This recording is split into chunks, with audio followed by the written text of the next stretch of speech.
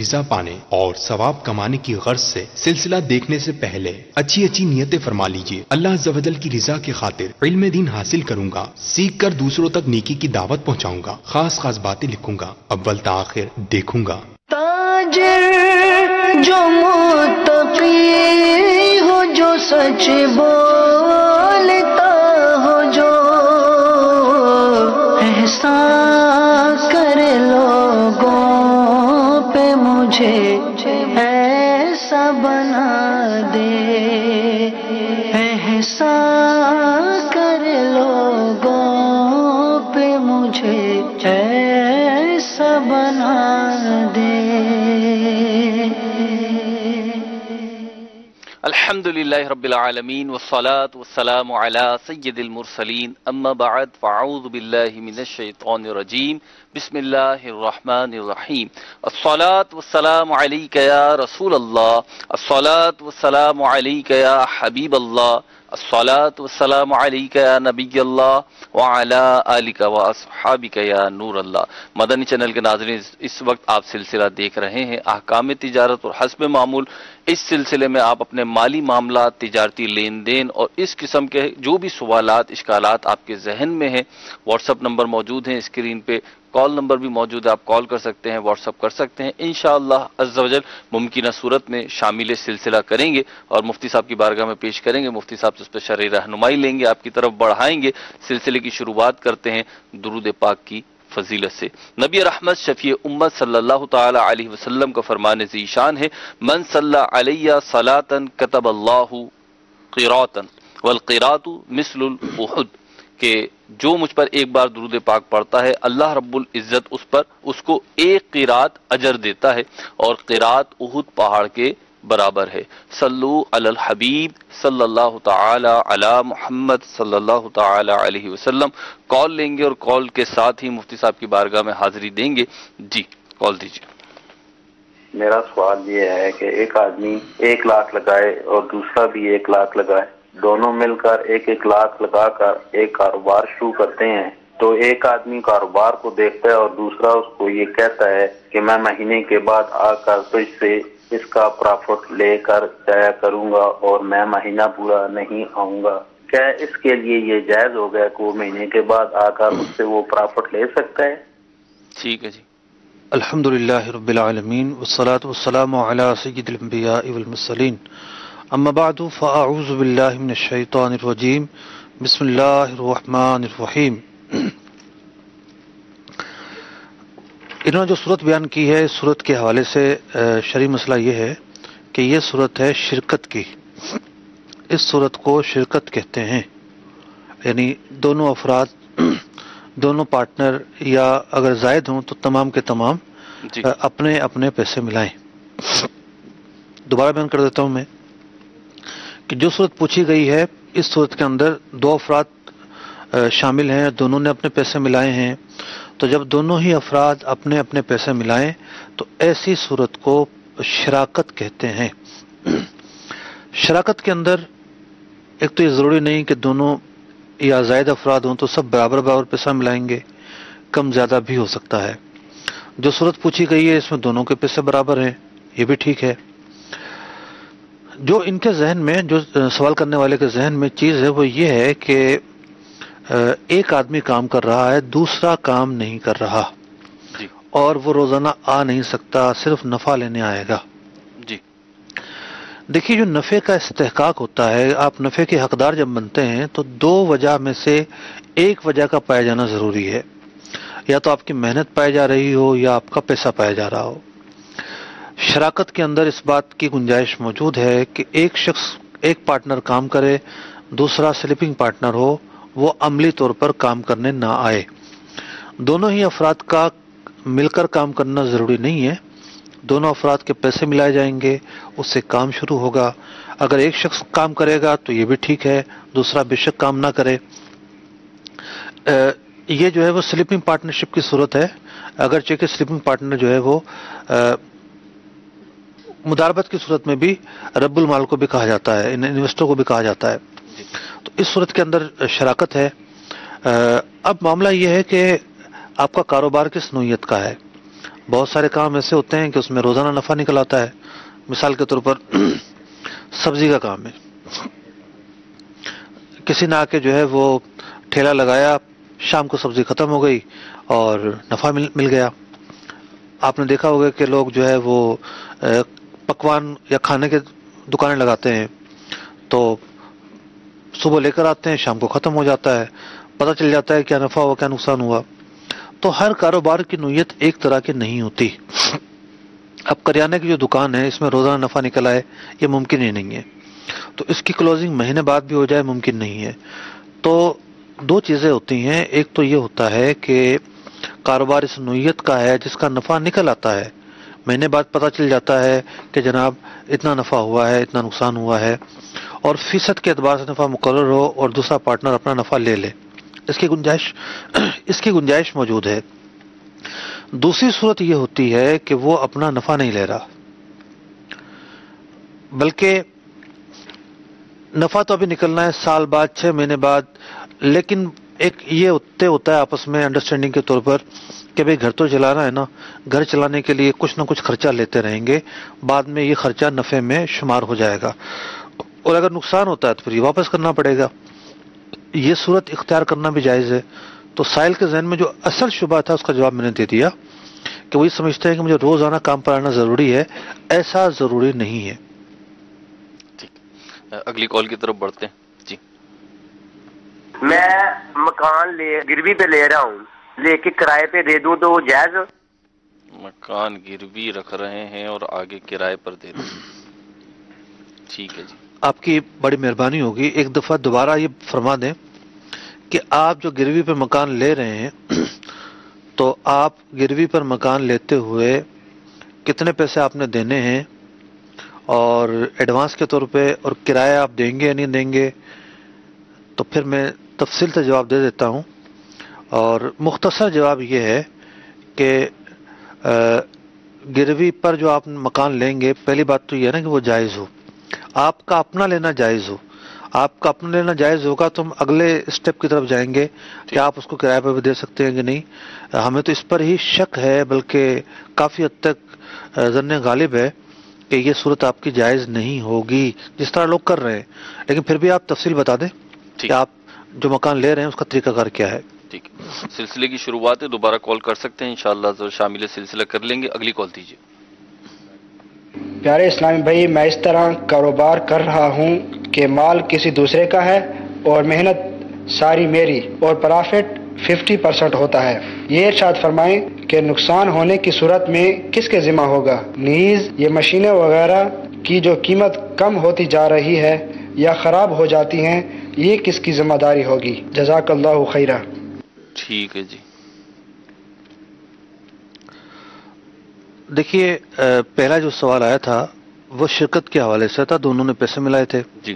یہ تیسرا سوال آیا ہمارے سلسلے کے اندر, یہ مداربت کے حوالے سے, ایک کا پیسہ ہے اور ایک کی محنت ہے. ٹھیک, ایک کا پیسہ ہو اور ایک کی محنت ہو تو اسے مداربت کہتے ہیں. اور مداربت کے اندر ہوتا یہ ہے کہ جو انویسٹر ہے وہ اپنے پیسوں کے بدلے نفع لیتا ہے, ایک شرعی طریقہ ہے. ٹھیک, کام کرنے والا اپنی محنت کے بدلے نفع لیتا ہے. صحیح. کام کرنے والا کام کرتا ہے اور وہ کام کرنے والا جو ہے وہ جی کام کرنے والا وہ نہیں لیتا, اس کے پاس پیسے نہیں ہوتے, اس کے پاس انویسٹ نہیں ہوتی, اور وہ جو ہے صرف محنت کرتا ہے. انویسٹر کے پاس تجربہ نہیں ہوتا ہے, جو کوئی بھی غرض ہوتی ہے انویسٹر جو ہے وہ اپنا پیسہ دے کے الگ ہٹ جاتا ہے, ورکر ہی کام کو لے کر چلتا ہے. ٹھیک ہے. اب معاملہ یہ ہے کہ اصل سوال یہ تھا کہ نقصان کس کے ذمہ ہوگا. جی, پروفٹ 50% لے رہے ہیں. جی, میرے پاس 2-4 دن پہلے کسی نے سوال پوچھا کہ یوں کام ہوتا رہا اور 6 لاکھ سے کام لیا, مداربت کی صورت تھی, اور سب کام جب کلوز ہوا تو 6 لاکھ کچھ ہزار روپے باقی تھے. صحیح. تو کہنے لگے یہ نقصان میں کیسے پورے کروں؟ تو میں نے کہا نقصان تو ہوا ہی نہیں ہے. ٹھیک ہے. نقصان کسے کہتے ہیں پہلے تو اس کا سمجھنا ضروری ہے نا. ٹھیک. جو کیپٹل کی رقم ہے جس سے انویسٹ کی گئی ہے. ٹھیک ہے. کام کرنے والے کو مدارب نے پیسے دیے. صحیح. کہ تم یہ پیسے لو. تو مثال کے طور پر 5 لاکھ روپے. 5 لاکھ روپے. ٹھیک ہے. ٹھیک ہے, اس کو کیپٹل کہیں گے صحیح. یا اصل رقم کہیں گے. ٹھیک ہے. یہ اصل رقم جو ہے وہ مثال کے طور پر کسی نے دکان لگانی ہے. صحیح ہے. اب دکان لگانی ہے تو دکان کے ایکسپنس بھی ہوں گے. صحیح ہے. کچھ کرائے میں جائے گی, کچھ فرنیچر رکھا جائے گا, کچھ اور ہوگا. ٹھیک ہے. تو ان سب چیزوں کا جو مالک ہے جی وہ انویسٹر ہوگا. صحیح. یہ رننگ ایکسپنس بھی اسی کے ذمہ. میں عرض کر رہا ہوں جی. اس کی تفصیل ہے, رننگ ایکسپنس کی تفصیل ہے. ٹھیک ہے. یہ جو فرنیچر وغیرہ اور یہ جو چیزیں ہیں, جی مثال کے طور پر کاروبار کلوز ہو جاتا ہے اور 4,80,000 روپے باقی بچتے ہیں. ٹھیک ہے. تو یہ نہیں کہا جائے گا کہ نقصان ہوا ہے, کیونکہ 20,000 کا مثال کے طور پر فرنیچر موجود ہے. ٹھیک ہے. تو اب یہ برابر ہو گئے. برابر ہو گئے. ٹھیک ہے. دیکھا جائے تو وہ مطلب کہ ایک طرح سے تو فائدہ نہیں ہوا. ٹھیک ہے. نقصان اس صورت میں ہوتا ہے کہ جب کیپٹل پورا نہ ہو سکے. ٹھیک ہے. کیپٹل میں لاس ہوگا تو نقصان مانا جائے گا. نقصان مانا جائے گا. اب ایکسپنس جو ہیں, جی جو ضروری ایکسپنس ہیں وہ کام میں شامل ہوں گے. صحیح. جو ورکر ہے وہ اپنے جیب سے تو نہیں دے گا. ٹھیک ہے. وہ کام سے پورے کیے جائیں گے, جو انویسٹ اسے ملی ہے اسی سے پورے کیے جائیں گے. جی. ہاں, جو مثال کے طور پر ایکسپنس کیا ہو سکتے ہیں, کرایہ ہو گیا, یا مال اگر آیا ہے تو مال جو ہے وہ لانے کے جو ذرائع آمدنی, جو ذرائع اختیار کیے گئے اس پر جو پیسہ لگا وہ دیے جائیں گے. ٹھیک. اسی طریقے سے اگر دکان پہ کوئی لڑکا رکھا گیا ہے کام کرنے کے لیے, اس کے پیسے دیے جائیں گے. ٹھیک. یہ چیزیں شمار ہوں گی ایکسپنس کے اندر. صحیح. جو کام کرنے والا ہے وہ اگر یہ کہے مجھے روزانہ کا خرچہ ملنا چاہیے, ٹھیک ہے, اور مجھے روزانہ کی جو ہے وہ کچھ نہ کچھ اتنے پیسے ملیں کہ میں اپنے جو ہے روٹی پانی کھا سکوں, ٹھیک ہے, اس کی گنجائش نہیں ہے. صحیح. یعنی جو ورکنگ پارٹنر ہے اس کو کچھ نہیں ملے گا. ورکنگ پارٹنر کو اجرت کے طور پہ کچھ نہیں ملے گا. ٹھیک ہے. اور ایکسپنس کے طور پر کچھ نہیں ملے گا. ٹھیک ہے. ہاں, اگر وہ شہر سے باہر جاتا ہے, صحیح, شہر سے باہر جاتا ہے تو پھر جو ہے وہ جو بھی ایک معروف عرف کے مطابق جو ملتا ہے وہ اسے ملے گا. ٹھیک. اور شہر سے باہر بھی کام کے لیے جائے تو صحیح.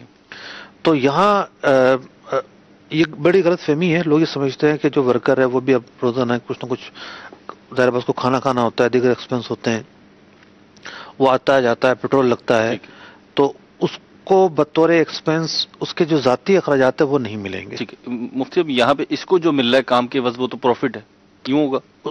اس کو ملنا ہے نا, پروفٹ ملنا ہے اس کو. ٹھیک ہے. اس نے اپنی جو محنت مزدوری ہے وہ داؤ پر لگائی ہے. ٹھیک ہے.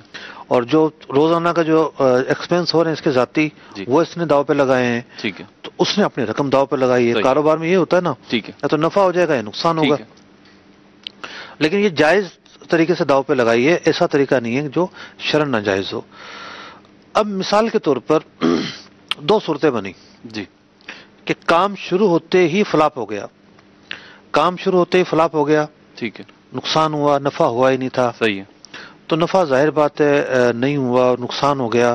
جو کیپٹل ہے وہ 5 کے بجائے اب 3 لاکھ بچا ہے. ٹھیک ہے. ٹوٹل جو بھی چیزیں تھیں اکٹھا کرنا تھا, یہ کرنا تھا, وہ کرنا تھا, ایکسپنس زیادہ ہو گئے. ٹھیک ہے. کام بھی نہیں چلا, آگے بھی نہیں چل سکتا. صحیح ہے. اب جو نقصان ہوگا اس صورت کے اندر, نفع تو ہوا ہی نہیں تھا. ٹھیک ہے.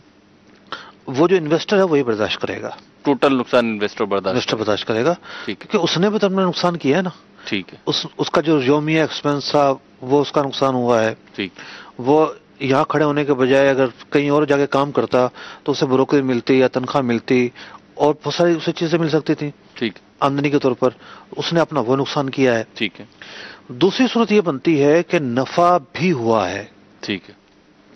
مثال کے طور پر پہلے سال میں کام میں نفع نہیں ہوا, آئندہ 2 سالوں میں کام میں نفع ہوا, ٹھیک ٹھاک نفع ہوا. ٹھیک ہے. اور چوتھے سال میں جا کے بہت بڑا نقصان ہو گیا. ٹھیک ہے. اب یہ صورت ہے بڑی ہی دلچسپ بھی اور عجیب بھی. ٹھیک. اس صورت کے اندر فقہ اسلامی کے جو قوانین ہیں جی وہ یہ کہتے ہیں کہ زمانہ ماضی کے اندر جی مدارب نے, ورکر نے جی جو نفع لیا تھا, ٹھیک ہے, یا نہیں لیا تھا اور اس کا بنتا تھا, ٹھیک ہے, مثال کے طور پر یہ کام 5 لاکھ سے آگے بڑھ کے 20 لاکھ پہ پہنچ گیا. صحیح ہے.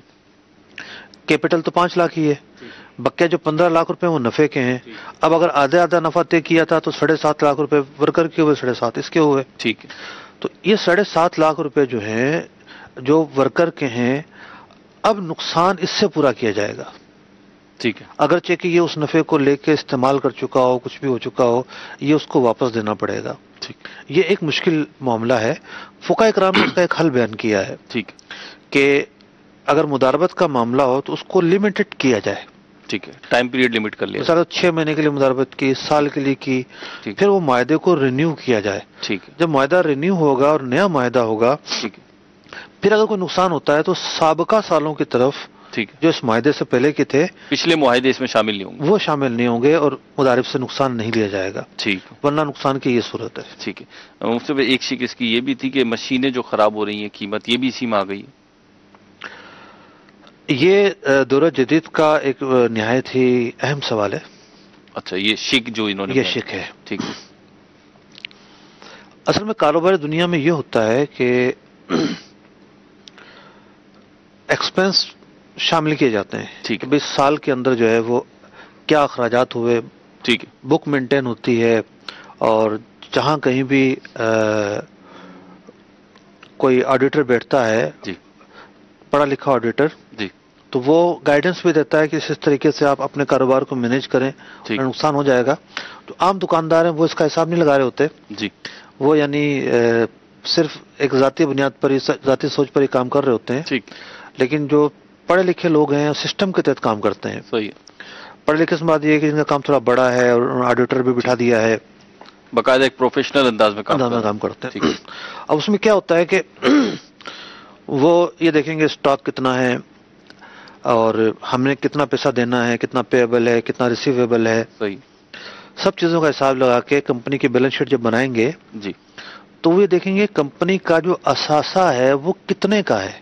ٹھیک ہے، مثال کے طور پر جو فرنیچر تھا جی، یہ 1 لاکھ روپے کا لیا گیا تھا، صحیح، کمپنی نے ایک گاڑی لی تھی 5 لاکھ روپے کی، صحیح ہے، کمپنی کے بعد 5 لاکھ کی مشینیں ہیں، ٹھیک ہے، 11 لاکھ ہو گئے، 11 لاکھ روپے ہو گئے۔ ٹھیک ہے، تو جب سال گزرے گا تو وہ ایک فارمولا لگا کر جی، آئندہ سال کے لیے اس کی قیمت کم شمار کریں گے، ٹھیک ہے، ڈیپریسیشن چارجز لگائیں گے، ڈیپریسیشن جو ہے نا وہ کریں گے، چارجز تو نہیں لگانا کہیں گے، جی، ایک حساب میں مینٹین کریں ٹھیک۔ گے کہ اب آئندہ جو یہ اپنا ڈیپریسیشن ویلیو لگائیں گے، جو اثاثہ ہے جی، یہ 11 لاکھ کا نہیں بلکہ اب آئندہ سال اس کو 10 لاکھ کا شمار کریں گے، وہ ٹھیک ہے، اس سے آئندہ سال اتنے لاکھ کا، اس سے آئندہ سال اتنے لاکھ کا۔ ٹھیک ہے، اور اگر مداربت کی صورت ہے تو میں یہ سمجھتا ہوں کہ جو ڈپریسیشن ہے مدارب کے ساتھ جی، جتنا عرف بنتا ہے، اور عرف سے بھی اگر فضل کی طرف دیکھا جائے تو اتنی اس کی ویلیو کم ہوئی ہوگی۔ اگر کرائے پر بھی مشینیں لی جاتی جی، تو ظاہر بات ہے اس کا بھی تو کرایہ دینا پڑتا اور نفع میں وہ کاؤنٹ ہوتا، جی، اور ڈپریسیشن جو ہے وہ کوئی شریعت کے قوانین سے ٹکراتا نہیں ہے، ٹھیک ہے، اور اس کی قیمت اگر مداربت میں کم کی جاتی ہے تو کم کی جائے گی، صحیح، لیکن آخر میں جو یہ چیز باقی رہ جائے گی جی، یہ اثاثہ کمپنی کا ہی ہوگا۔ اس میں ایک اور چیز کا خیال رکھا جائے، ایک مسئلہ ہے تھا میرے پاس جی، کہ ڈپریسیشن لگا کے قیمت کم کر دی، صحیح ہے، 0 پہ پہنچ گئی وہ، صحیح ہے، اور اب بھی جو ہے نا وہ اثاثہ موجود ہے، ٹھیک ہے، یہ نہیں ہونا چاہیے۔ ٹھیک، یعنی جب تک کام چل رہا ہے جی، وہ 0 پہ نہیں پہنچنی چاہیے، صحیح، یعنی کوئی جو فارمولا لگائیں وہ ایسا لگائیں کہ جب تک وہ کارآمد ہے اس کی ویلیو باقی رہے، اس پیسے اتنے کاٹا جائے نا اس کے ٹھیک ہے، جتنے کی وہ ہے، ٹھیک ہے، یہ نہ ہو کہ وہ کرائے کا حساب لگا کر کاٹا جائے، صحیح۔ یوں کیا جائے۔ کافی تفصیلی جواب ہو گیا اور کاروبار کے دونوں موڈ آ گئے مفتی صاحب پہلے ہی سوالوں میں۔ اگلے سوال کی طرف بڑھتے ہیں، جی، مفتی صاحب کی بارگاہ میں یہ سوال ہے، کیا زمین ٹھیکے پر دینا جائز ہے؟ اس کے بارے میں اجرت اس سے لینا وہ جائز ہے؟ ٹھیک ہے جی، جواب دیتے ہیں آپ کو، زمین ٹھیکے پر دینا۔ جی ہاں، زمین جو ہے وہ ایک ایسی کارآمد چیز ہے کہ دنیا کی کہا جا سکتا ہے کہ تمام کارآمد چیزوں میں سے فائق ہو۔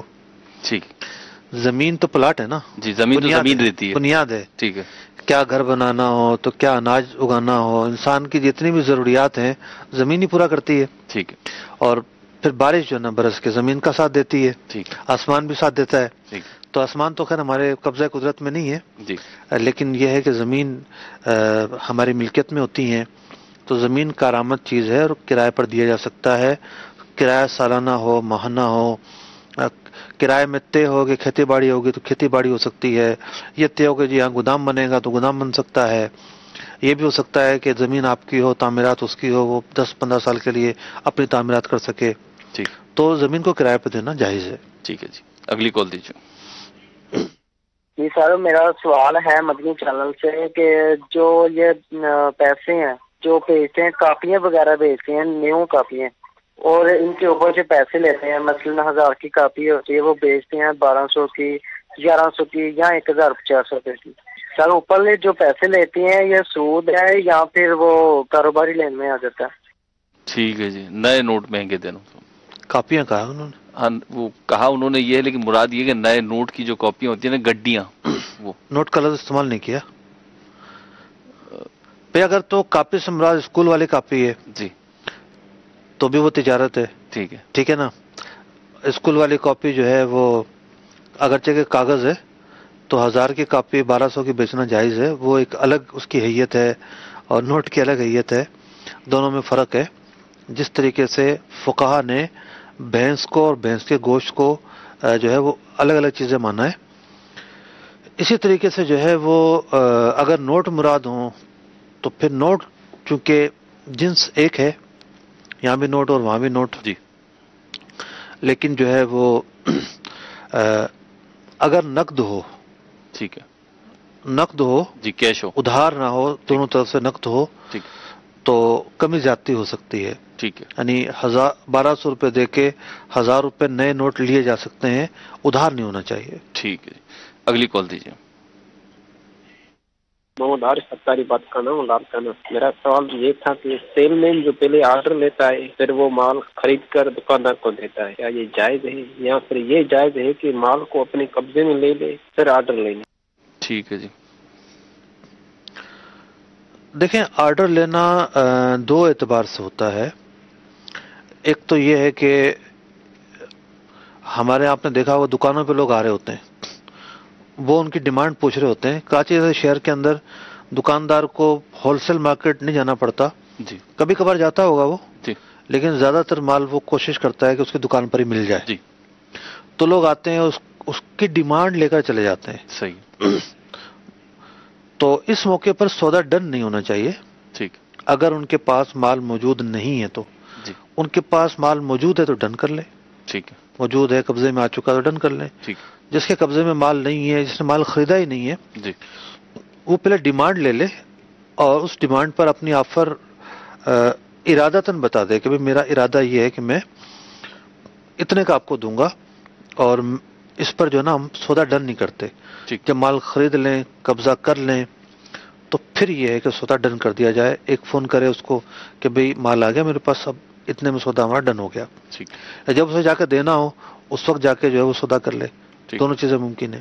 لیکن اگر مال ملکیت میں ہی نہ ہو، یا آپ نے مال خرید تو لیا، خریدنے سے ملکیت تو ثابت ہو جاتی ہے، ٹھیک، لیکن اس کو قبضہ نہیں کیا، صحیح۔ تو اس وقت تک اگلا سودا نہ کریں۔ مفتی صاحب، جو ہماری صورت رائج ہے وہ یہ ہے کہ آرڈر لیتے ہیں جا کے، جیسے آپ نے فرمایا، اور پھر مارکیٹ سے لے کے سپلائی دیتے ہیں۔ اصل میں دیکھیں یہ ایک صورت بیان کی ہے میں نے، دوسری صورت یہ ہوتی ہے کہ بڑے بڑے سودے ہو رہے ہوتے ہیں فونوں کے اوپر، ٹھیک ہے، اور وہ آرڈر لینا ایسا ہوتا ہے کہ جناب ڈن ہو گیا، ٹھیک، تو وہاں جو ہے نا زیادہ حساسیت ہے، ٹھیک، اور وہاں اس بات کا اہتمام کرنا زیادہ ضروری ہے کہ سودا وعدے کے طور پر کیا جائے، ٹھیک، ڈن نہ کیا جائے۔ ٹھیک ہے، اگلی کال دیجیے۔ جی صاحب، میرا آپ کی بارگاہ میں یہ سوال ہے کہ ہمیں ادھر قسطوں پہ پیسے ملتے ہیں، تو وہ کہتے ہیں کہ 40,000 آپ کو دے رہے ہیں اور یہی 40,000 آپ نے ہمیں لوٹانا ہے، تو وہ ہمیں تقریباً 3300 اور کچھ روپے قسط پڑتی ہے، تو یہ کیا لینا جائز ہے؟ اور دوسرا سوال یہ ہے کہ میں درزی کا کام کرتا ہوں، کسی سے ہم 500 سلائی لیتے ہیں، کسی سے ہم 600 لے لیتے ہیں، تو وہ ایک آتا ہے تو وہ کہتا ہے نہیں میں تو 500 ہی دوں گا، ہم کہتے ہیں کہ نہیں ہم تو صرف 600 لیتے ہیں، اس سے کم نہیں لیتے، لیکن ہم مثلا یہ فرق ہو جاتا ہے کسی سے کم کسی سے زیادہ، کیا اس طرح ہم بول سکتے ہیں کہ جھوٹ تو نہیں ہوتا اس طرح؟ ٹھیک ہے جی، پہلے جو آپ نے جو مسئلہ بیان پوچھا ہے وہ تو خالصتاً سود پر مشتمل ہے کہ آپ 40,000 روپے دیں گے قسطوں کے اندر، اور جو آپ نے پیسے وصول کرنے ہیں، جو آپ نے پیسے ان سے لیے تھے وہ تھے 33,000 یا 36,000 ایسے کچھ آپ بتا رہے ہیں، تو آپ نے پیسے لیے اور پھر آپ نے قسطوں میں 40,000 روپے دیے تو یہ دو چیزیں پائی گئیں. ایک تو سودا ادھار میں ہوا ہے اور کمی زیادتی کے ساتھ یہ ہوا ہے.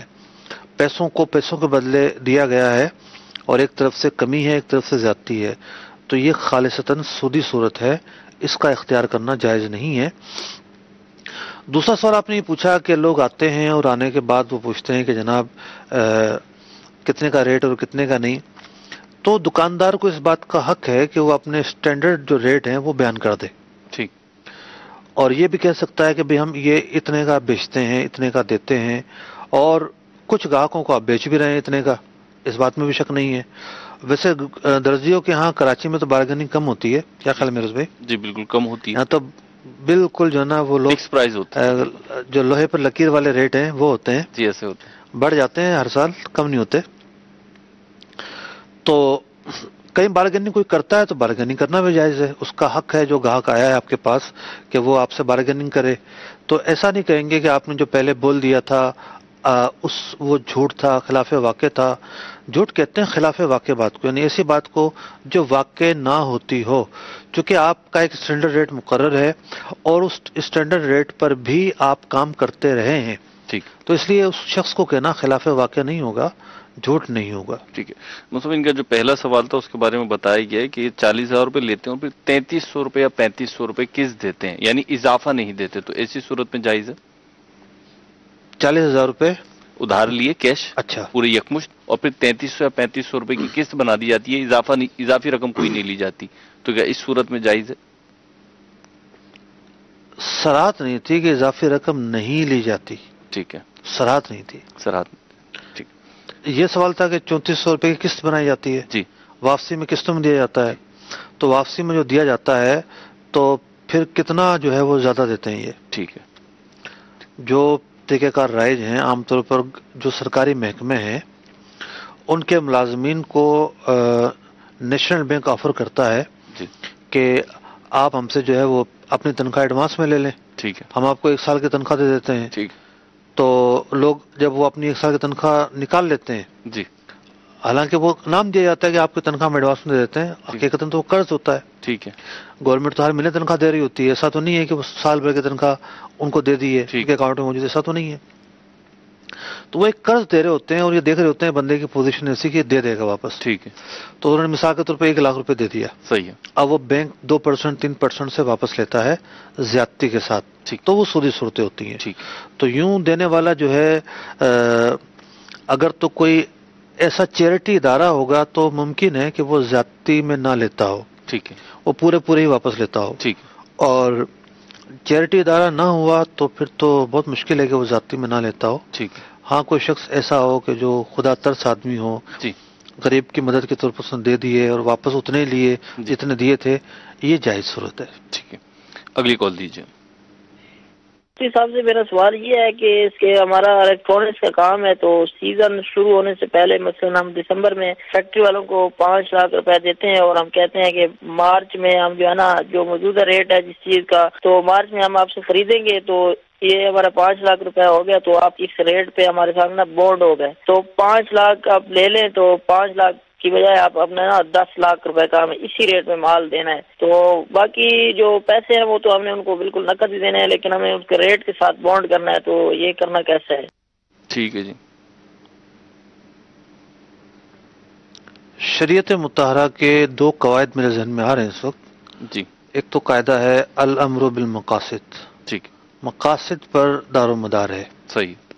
دوسرا قاعدہ یہ ہے کہ الاعتبار للمعانی لا للالفاظ والمبانی, ٹھیک, کہ سودوں کے اندر الفاظوں کا اعتبار نہیں ہوتا, صحیح, سودوں کے اندر جو معانی ہے مقصود ہے اس کا اعتبار ہوتا ہے. ٹھیک. تو جو الفاظ یہ بیان کر رہے ہیں وہ الفاظ تو ایسے ہیں کہ اس پر کلام ہو سکتا ہے, ٹھیک ہے, لیکن ان کا جو اصل مقصود ہے وہ واضح ہے. صحیح. جو خریداری ہوتی ہے, ہمیں تھوڑی دیر پہلے قبضے کی پر گفتگو کی, خریداری 2 طرح کی ہوتی ہے. یعنی جب آپ کوئی چیز خریدتے ہیں تو بیچنے والے کے لیے ضروری ہے کہ بیچنے والے کے پاس وہ چیز موجود ہو, وہ قبضہ کر چکا ہو, پھر آپ کو دے. جی. یہ ونس موڈ آف ٹریڈنگ ہے جی. ایک موڈ آف ٹریڈنگ ہے. صحیح. پہلا موڈ آف ٹریڈنگ ہے. صحیح. سیکنڈ یہ ہے کہ جس سے آپ نے چیز خریدنی ہے اس نے بنا کر آپ کو دینی ہے. صحیح. مثال کے طور پر کوئی فیکٹری گارمنٹس بناتی ہے, آپ سودا نہیں کریں گے تو وہ لے کر کیسے آئے گا مال؟ ٹھیک ہے. اس کے پاس تیار تو نہیں رکھی ہوں گی. صحیح. تو جہاں میکنگ کا عمل پایا جاتا ہے بنا کر آپ کو دے گا, جی. یہ دوسرا موڈ آف ٹریڈنگ ہے. ٹھیک ہے. تو اس کے اندر یہ ضروری نہیں ہے کہ جو بیچنے والا ہے اس کی ملکیت میں وہ پروڈکٹ موجود ہو, تیار حالت میں موجود ہو, قبضے میں موجود ہو, بلکہ اس کے ساتھ سودا ہوگا.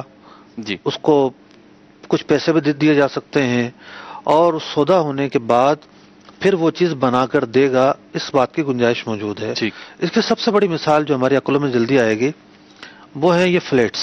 ٹھیک. جو رہائشی فلیٹس بنتے ہیں, جی, یا فلیٹس کی طرف پہ جو بھی چیزیں بنتی ہیں, دکان میں ہوں, دفاتر ہوں یا گھر ہوں, تو اس کے اندر کیا ہوتا ہے کہ جب بلڈر پروجیکٹ اناؤنس کرتا ہے, لانچ کرتا ہے, تو وہ جگہ بڑی سستی مل رہی ہوتی ہے. صحیح. پتا ہے کہ جناب یہ 5 سال بعد تیار ہونی ہے. ٹھیک ہے. اس وقت اس کا وجود بھی نہیں ہوتا. صحیح. اس کی بکنگ جائز ہے. ٹھیک ہے. اس کی بکنگ ناجائز نہیں ہے. ٹھیک. فرسٹ بکنگ جائز ہے, اس پر کوئی کلام نہیں ہے. ٹھیک ہے. ہاں, اس پر کلام ہے کہ کسی نے وہ بکنگ تو کروا لی, فائل اس کو مل گئی, اب فلیٹ تیار نہیں ہوا, اس نے آگے بھیج دی, اس پر کلام ہے. ٹھیک. اب اس نے بکنگ کروا لی. صحیح ہے. اب کیا ہوگا, بلڈر اس کو بنائے گا, آہستہ آہستہ پیسے لیتا رہے گا, بناتا رہے گا. جب یہ تیار ہو گیا, لوگوں نے قبضہ کر لیا, اب اس کی قیمت کچھ اور ہوگی. صحیح. تو انہوں نے جو کہا کہ جی ہم اس کو باؤنڈ کرتے ہیں, اسی قیمت پہ آپ کو دینا ہے, تو یہ بارگیننگ ہے. صحیح. کہ ہم آپ سے آج سودا کر رہے ہیں, یہ چیز آپ نے بنا کے دینی ہے ہمیں, جی, اور یہ چیز اتنے کی بنا کے دینی ہے. ٹھیک. لیکن معاملہ یہ ہے کہ انہوں نے کہا الیکٹرانکس, ٹھیک ہے, جی, اور فیکٹری کا لفظ بھی کہا. جی.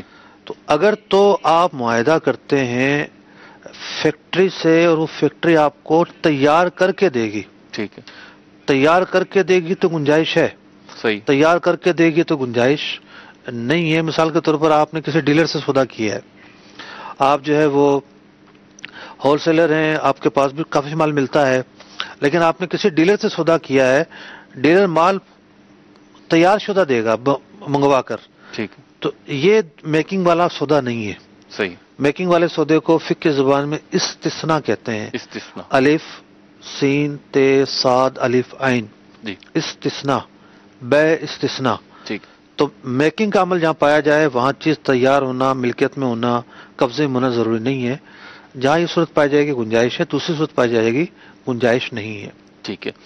ابھی کچھ کالز بھی لیں گے انشاءاللہ, اللہ نے چاہا تو 1-2 کالز مزید لیں گے, لیکن اس سے پہلے آپ کو کچھ دکھانا ہے. پیر کے دن انشاءاللہ عز و جل مفتی صاحب مدنی چینل پہ کچھ کرنے جا رہے ہیں. کیا کرنے جا رہے ہیں آئیے دیکھتے ہیں. اور تشہیری مدنی گلدستہ ہے, بہت اہم سلسلہ ہے, دیکھیں.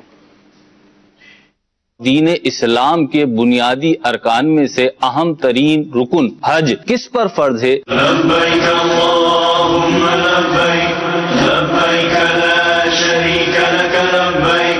صحیح مسلم شریف میں حضرت ابو ہریرہ رضی اللہ تعالیٰ عنہ سے روایت ہے کہ رسول اکرم صلی اللہ علیہ وسلم نے خطبہ پڑھا اور فرمایا, اے لوگو, تم پر حج فرض کیا گیا ہے, لہذا حج کرو. شرف دے حج کا مجھے بہر مصطفیٰ یا رب.